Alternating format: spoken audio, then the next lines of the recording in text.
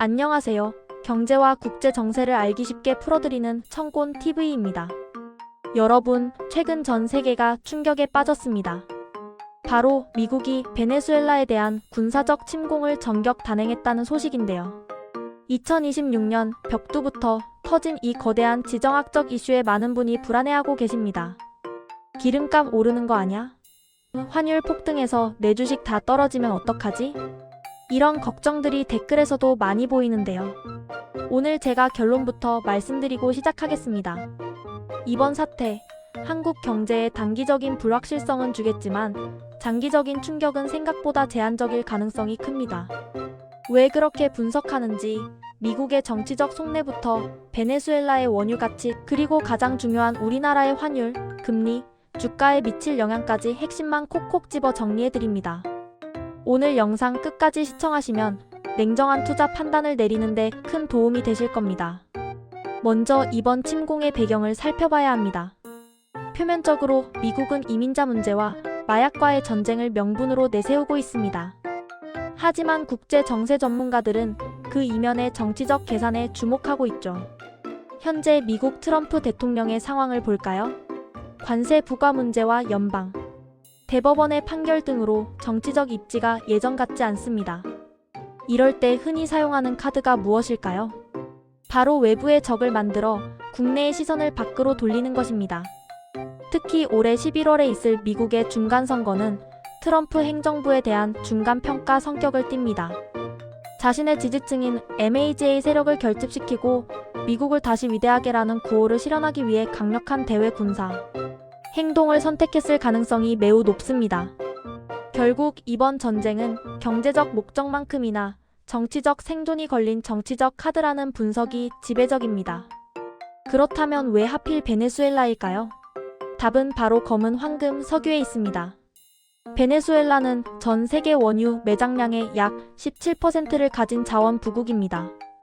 쉘셀 같은 글로벌 정유사들의 이해관계가 얽혀있는 곳이죠.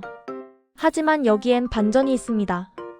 베네수엘라 원유는 질이 좋지 않은 중지류입니다. 유황 성분이 너무 많아서 정제 비용이 엄청나게 많이 듭니다. 단순히 기름 뺏으러 갔다라고 하기엔 가성비가 떨어지는 전쟁일 수 있다는 거죠. 그럼에도 불구하고 미국이 들어간 이유는 에너지 패권 때문입니다. 중동에 대한 의존도를 낮추고 미주 대륙 내에서 에너지 주도권을 확실히 쥐겠다는 계산이죠. 결국 정치적 목적과 에너지 전략이 복합적으로 얽힌 결과라고 볼 수 있습니다. 자, 이제 여러분이 가장 궁금해하실 우리 경제 이야기를 해보겠습니다. 환율, 금리, 주가 순서로 정리해드릴게요. 첫째, 환율입니다. 전쟁이 터지면 시장은 본능적으로 불안해합니다. 안전자산인 달러를 사자 라는 심리가 강해지죠. 그래서 단기적으로는 달러 강세, 즉 원달러 환율이 상승할 수 있습니다. 하지만 과거 사례를 보면 국지전의 경우 환율 급등세는 오래가지 않았습니다.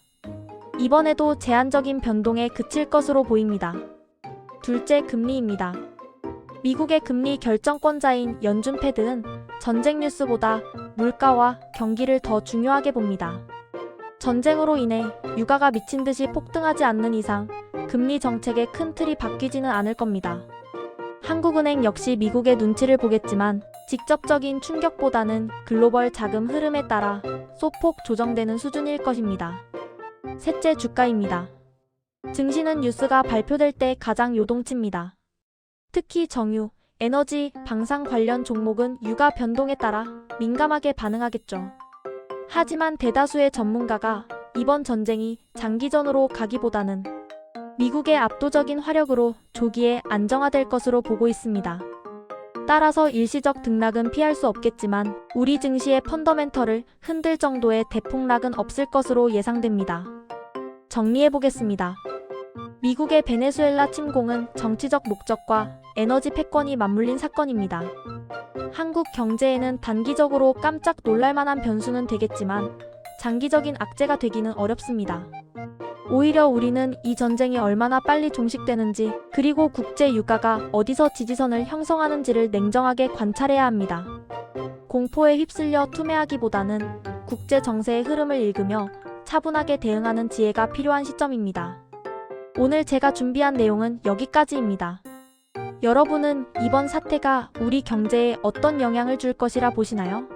댓글로 자유롭게 의견 남겨주세요. 내용이 도움되셨다면 구독과 좋아요, 알림 설정 부탁드립니다. 저는 더 유익한 경제 소식으로 돌아오겠습니다. 감사합니다.